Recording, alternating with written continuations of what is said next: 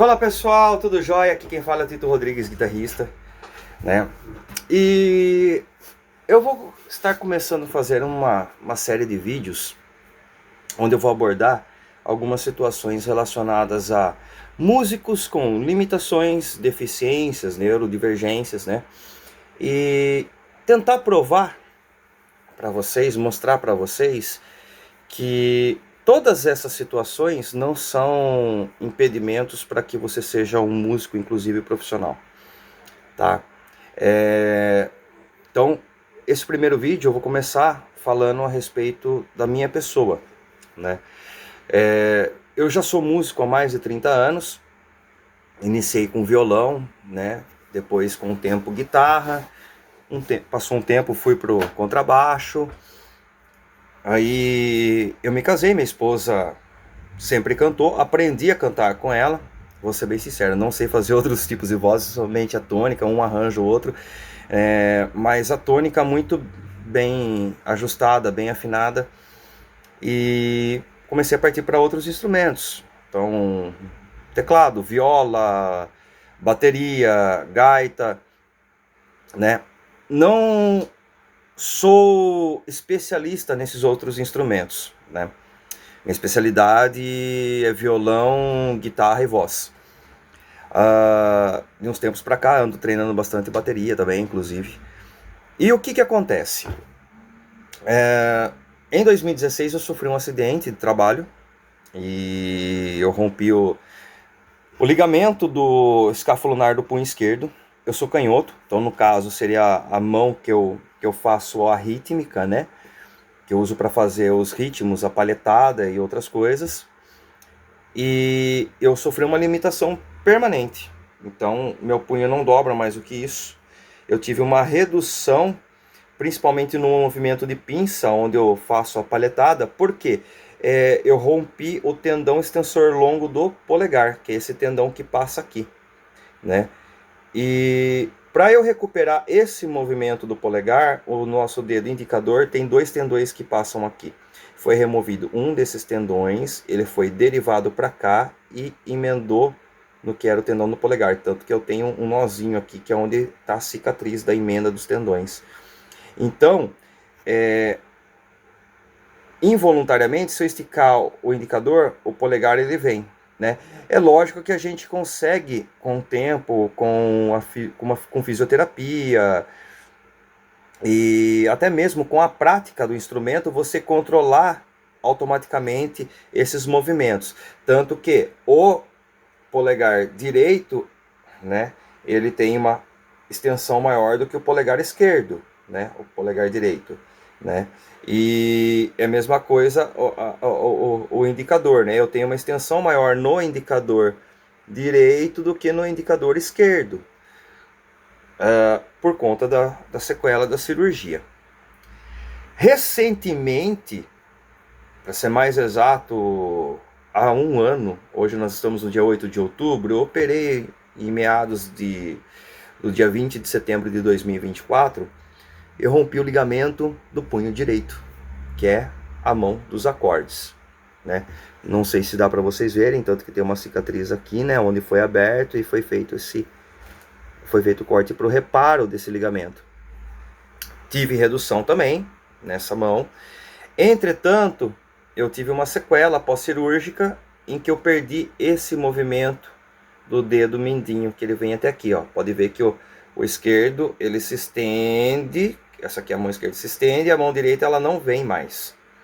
Então, alguns movimentos meus da mão direita, principalmente para solos e alguns arranjos que eu fazia, por exemplo, se eu for fazer um ré e eu for colocar ele não ergue, tá vendo?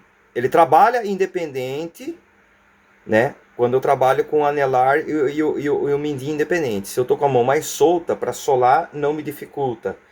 Mas se eu trabalho com ele para fazer esse movimento de pressionar a corda e soltar, eu já não tenho essa mobilidade mais.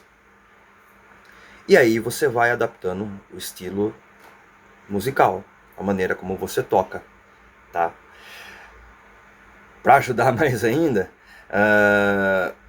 faz alguns meses eu vim fazer uma avaliação neuropsicológica e descobri que eu também tenho TDAH combinado, né?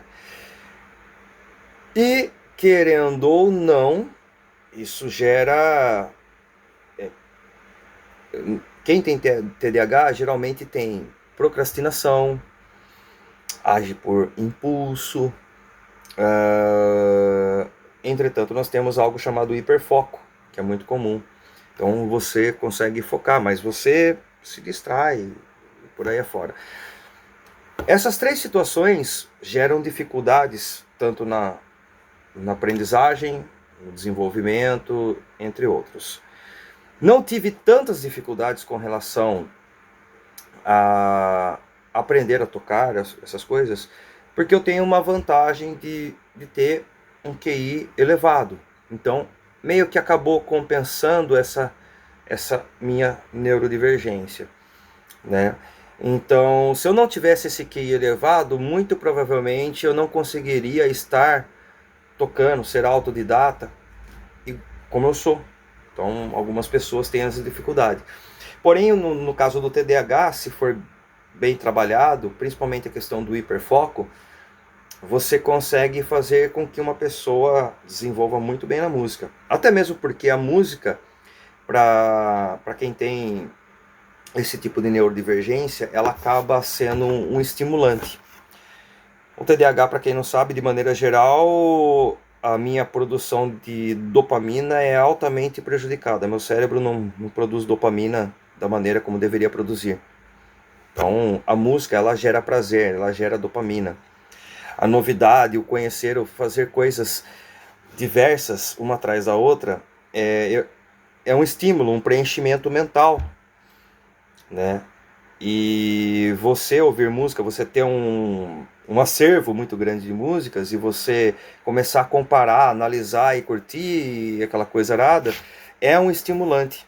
Então, música é algo que é até vantajoso para quem possui TDAH, né? Preferencialmente algo que gere prazer e conforto, né? Tanto que existem músicas mais agitadas que, ao invés de me trazerem prazer, deixa tudo confuso, deixa tudo complicado. Então, por exemplo, eu não consigo ouvir... Eu gosto muito de heavy metal, gosto muito de hard rock, rock and roll, mas coisas semelhantes a thrash metal, death metal, coisas do gênero, para mim soam como se fosse uma bagunça na cabeça. Então isso acaba meio que me irritando. Às vezes tem músicas com um instrumental fantástico, excelentes, mas chega no vocal cultural, né, ou aquelas pegadas mais rápidas da bateria, que o cara tá fazendo ali uma fusa ali com chimbal e caixa, pedal duplo, cara, isso aí é um terror, cara. E já músicas mais pro lado power metal, pro lado metal melódico, que principalmente as que têm derivações de música clássica, que tem a parte harmônica, a parte melódica da música num contexto mais orquestrado. Vou citar exemplos, por exemplo, Avantasia, Ed Guy, Advance, Crystal Eyes, entre outras e outras bandas. Uma mais agressiva ainda que me apetece é mais assim um Savatage, mas por exemplo, eu gosto de algumas músicas do Gamma Ray, mas pegar algumas músicas mais agitadas já não vai legal. Esses tipos de música mais melódicas, orquestradas, já geram um certo conforto. Então, eu tive que aprender a lidar com tudo isso durante uma vida sem saber. Hoje, sabendo, né, até mais com a idade que eu tô, hoje eu tenho 41 anos, é mais fácil de você lidar com a situação, porque isso parte de um princípio de decisão, somado a terapias, somado a medicações e outras coisas, das quais faz você ter um certo controle, ter uma certa concentração e começar a trabalhar com isso. Então, ao longo das semanas, eu vou tentar proporcionar semanalmente vídeos com situações a respeito de músicos com deficiências e neurodivergências, dificuldades e outras coisas.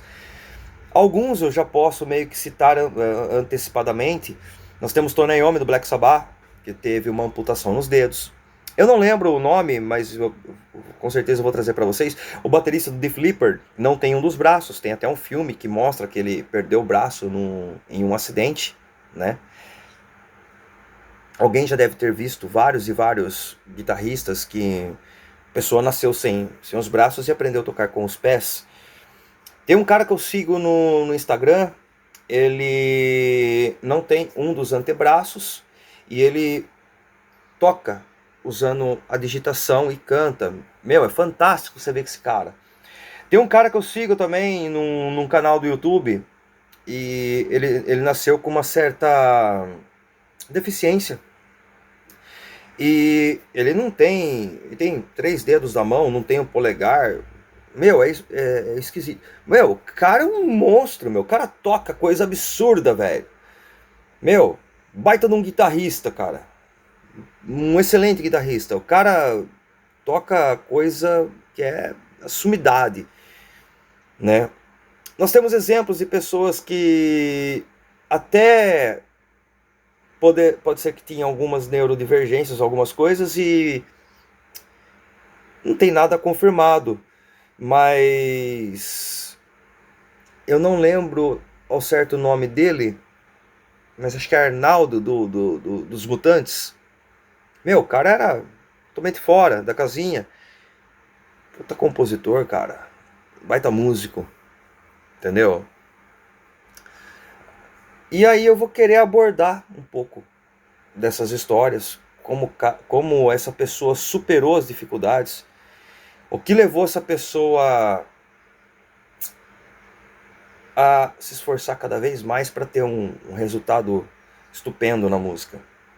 Espero que vocês tenham gostado desse primeiro vídeo, dessa primeira impressão. Ao longo das semanas a gente vai abordando. Se vocês quiserem que faça uma abordagem, posso de repente jogar uma enquete. Nós temos 3 músicos que a gente vai abordar. Qual que vocês preferem fazer uma abordagem na próxima semana, né? E dúvidas, conversas seriam muito bem-vindas. Então, vou deixar à disposição, junto à descrição desse vídeo, o meu Instagram. E por lá vocês podem mandar mensagem. Eu vou ficar muito feliz em responder e a gente poder dar umas dicas aí. Valeu? Aquele abraço. Não se esqueçam de se inscrever, dar o joinha, dar o seu like. E vamos abrir isso daí. Que garanto que tem muita gente que morre de vontade de aprender a tocar um instrumento, de fazer alguma coisa. E às vezes uma impressão, às vezes uma pessoa chega e fala assim: imagina, você nunca vai conseguir tocar. Não, não é assim. Eu acredito que todos têm a possibilidade de tocar um instrumento, de cantar, né? Seja, eu não vou citar instrumento. O instrumento vai se adaptar. Tem pessoas que não têm braço e toca guitarra, entendeu? Toca bateria. Qual que é o limite? O limite do ser humano é ele mesmo. Abraço, fui.